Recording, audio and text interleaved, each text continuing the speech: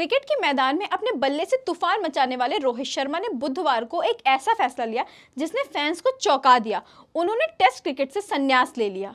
लेकिन ध्यान दीजिए, ये महज एक रिटायरमेंट नहीं था, एक इशारा था, एक करारा तमाचा था उन आवाजों पर जो कमेंट्री के नाम पर खिलाड़ियों की मेहनत को मसाले और गॉसिप में घोल देते हैं। रोहित ने खुलकर कहा कि भारत में कमेंट्री अब खेल की समझ नहीं, विवादों का अड्डा बन चुकी है। जब एक लीजेंड इस कड़वाहट के साथ विदाई ले तो सवाल सिर्फ खेल पर नहीं, सोच पर उठते हैं। नमस्कार, मैं साक्षी यादव और आप देख रहे हैं 24 अड्डा न्यूज। रोहित ने इंटरव्यू में बताया कि उन्होंने अपने करियर में लगभग 19,700 रन बनाए, कई ऐतिहासिक पारियां खेली, लेकिन इसके बावजूद वो आलोचनाओं से नहीं बच पाए। उन्होंने कहा कि कई बार ऐसा महसूस हुआ कि कुछ कमेंट्री खेल के विश्लेषण नहीं कर रहे हैं बल्कि पुराना हिसाब बराबर कर रहे हैं। उनके मुताबिक लोग क्रिकेट देखना चाहते हैं लेकिन उन्हें मसाला परोसा जा रहा था। उन्होंने ये भी जोड़ा कि आलोचना जरूरी है और होनी भी चाहिए, लेकिन आलोचना में मर्यादा होनी चाहिए, इज्जत होनी चाहिए। उन्होंने कहा, हम न्यूजीलैंड से घर में हारे, आलोचना लाजमी थी, लेकिन कुछ लोगों ने इसे एजेंडा बना दिया। ये चीज खेल और खिलाड़ियों दोनों को नुकसान पहुंचाती है।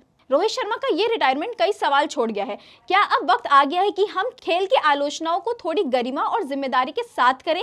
क्या हमें अब कमेंट्री में जानकारी और विश्लेषण को ज्यादा तवज्जो देनी चाहिए, ना कि मसाले और व्यक्तिगत हमलों को? ये रिटायरमेंट सिर्फ एक खिलाड़ी की विदाई नहीं है, ये एक झटका है पूरे क्रिकेटिंग सिस्टम को, खासकर मीडिया और कमेंटेटर्स को। अगर रोहित की ये बातें गहराई से समझी जाएं तो आने वाले वक्त में क्रिकेट सिर्फ एक खेल नहीं बल्कि एक जिम्मेदारी बन सकता है, मैदान में भी और माइक के पीछे भी। इसके साथ ही रोहित शर्मा से पहले गौतम गंभीर ने भी कमेंटेटर से ये सवाल किया था।